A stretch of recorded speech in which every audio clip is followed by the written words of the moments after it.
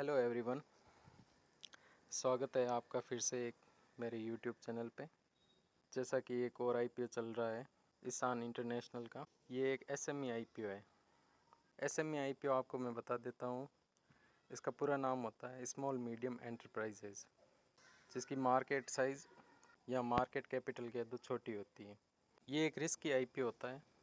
Risk इसमें ये होता है कि इसमें मिनिमम हमें 1 लाख रुपए इन्वेस्ट करना होता है, जिसमें पर लॉट साइज़ अलग अलग होता है।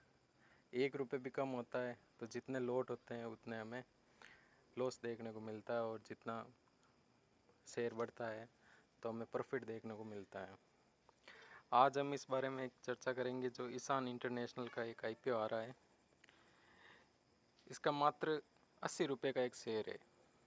तो जानेंगे इसके बारे में, इसके बिजनेस के बारे में जानेंगे, कैसा इसका रिव्यू है, जीएमपी क्या चल रही है। इस कंपनी की शुरुआत 1995 से हुई है और ये सर्टिफाइड है स्टार एक्सपोर्ट हाउस का। स्टार एक्सपोर्ट हाउस में आपको बता देता हूँ कि ये जनरली इंडिया से बाहर कंपनियों में इंपोर्ट एक्सपोर्ट होता है, जिसको इजी और एट्रैक्टिव बनाता है। इस कंपनी को 26 ईयर से ज़्यादा एक्सपीरियंस है और ये company field of engineering, production, marketing, EPC project, finance and information technology में काम करती है। ईशान इंटरनेशनल कंपनी के प्रोडक्ट आप देख सकते हो, जिसमें hydro power plant, wind power plant, sugar machinery and plants, equipment plants, boiler and pressure vessels, generator and electrical equipment, air pollution control equipment, solar power plant, water treatment plant, pharmaceutical machinery, APIs और chemical में इनका काम होता है। Company का registered office new Delhi में और corporate office Uttar Pradesh में है। कंपनी के बाहर भी इनका ऑफिस है, जिसमें 2 है वियतनाम में, इंडोनेशिया, फिलीपींस, केनिया। ये 5 सिटी में इनका रिप्रेजेंटेटिव एंड रेजिडेंट ऑफिस है। अब देखते हैं कंपनी के गोल्स क्या क्या है।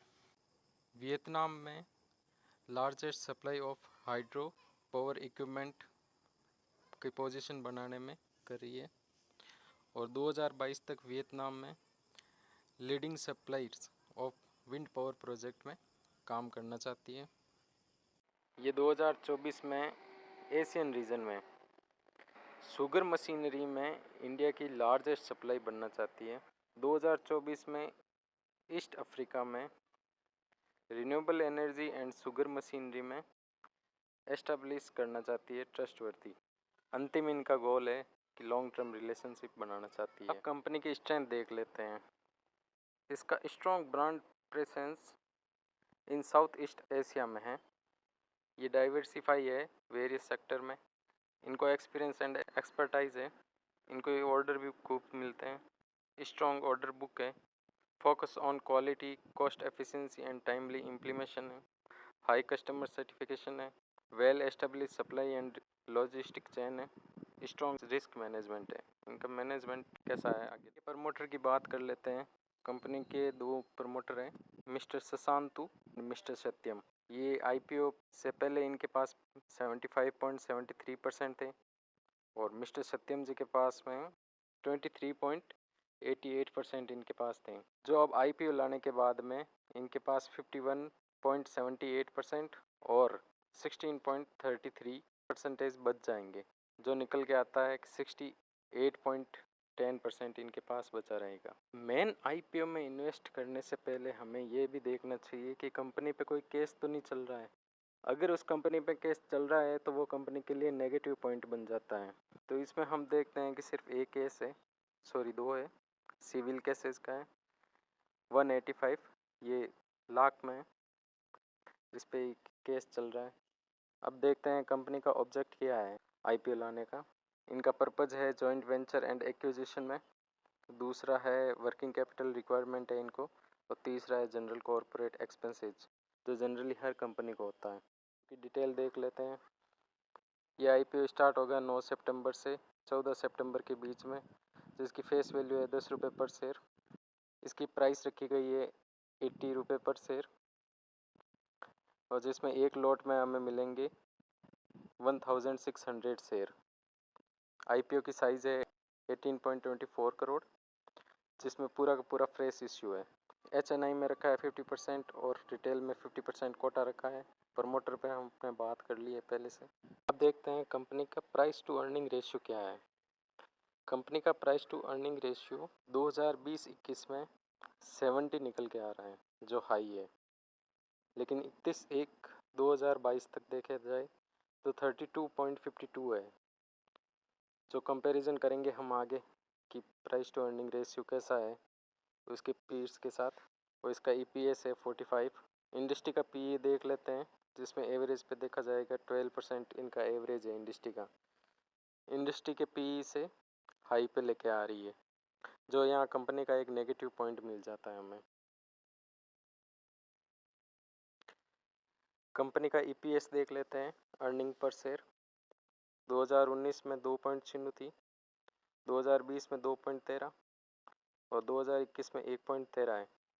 वेटेड एवरेज इनका निकल के आता है 1.77 और 31 जनवरी तक इनके पास है 2.46। तो ये भी कंपैरिजन करके देखेंगे कि ये सही वैल्यूएशन पे लेके आ रही है या नहीं है। कंपनी की फाइनेंशियल इंफॉर्मेशन देख लेते हैं।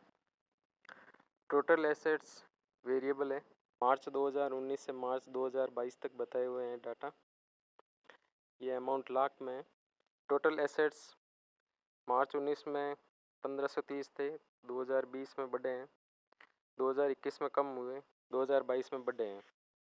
टोटल रेवेन्यू की बात करें 2708.4 2019 में थे, 2020 में घटकर 2272.56 हो गए। मार्च 2021 में 2271.2 हुए। मार्च 2022 में भी रेवेन्यू कम हुआ है।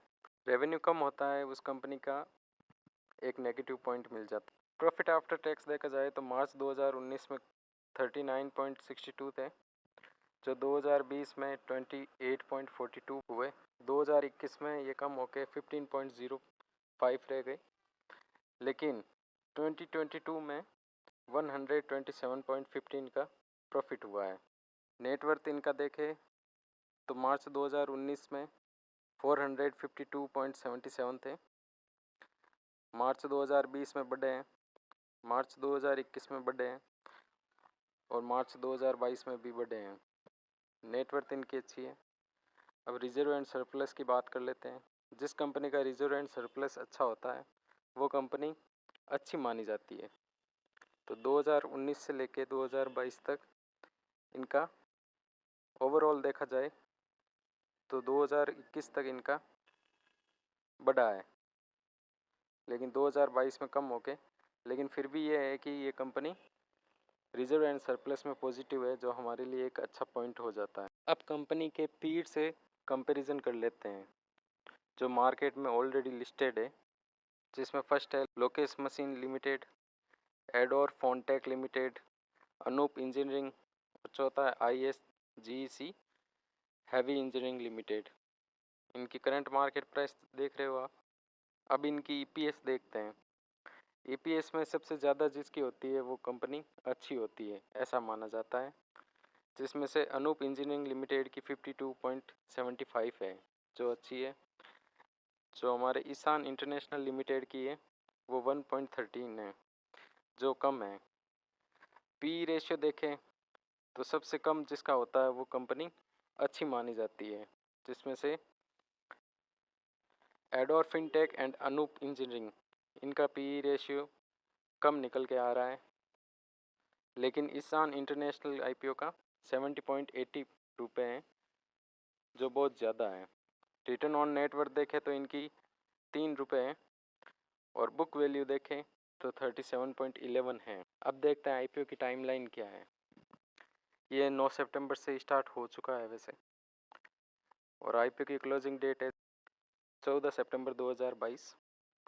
बेसिक अलॉटमेंट मिलेगा आपको 19 सितंबर को, रिफंड होगा 20 सितंबर को, शेयर आपकी डिमांड में क्रेडिट कर दिए जाएंगे 21 सितंबर को। IPO की लिस्टिंग डेट है 22 सितंबर 2022। रिटेल में मिनिमम 1600 शेयर के लिए अप्लाई करना पड़ेगा आपको एक लॉट के लिए, जिसका अमाउंट है 1,28,000। मैक्सिमम भी यही है। आईपीओ में अप्लाई करने से पहले ये देखा जाता है कि कोई कंपनी पे लोन तो नहीं है। जिस पे ज़्यादा लोन होगा उस कंपनी में इन्वेस्ट जनरली नहीं किया जाता है। इसमें देखा जाए तो 2019 में